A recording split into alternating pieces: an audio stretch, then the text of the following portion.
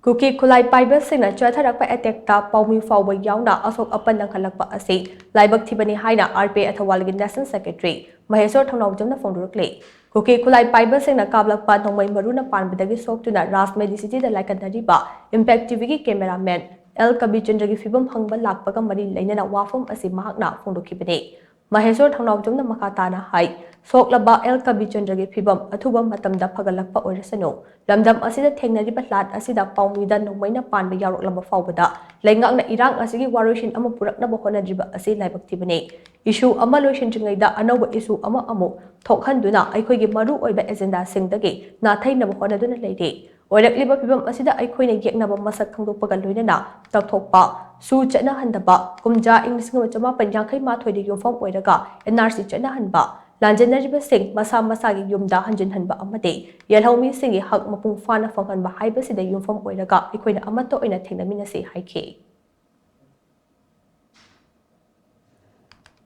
Manipuri suk mai cha ingai sida adra focus to gedi laitraga mapan gi en issue ma thok matam da khoi Manipuri dhana chatharakpa gumba si yam nungai ta ba agenda ma yam thok pasina khoi gi agenda amada focus to bangam dreba agenda amada focus to bangam drabani na kari no pami base rally amagi political party magi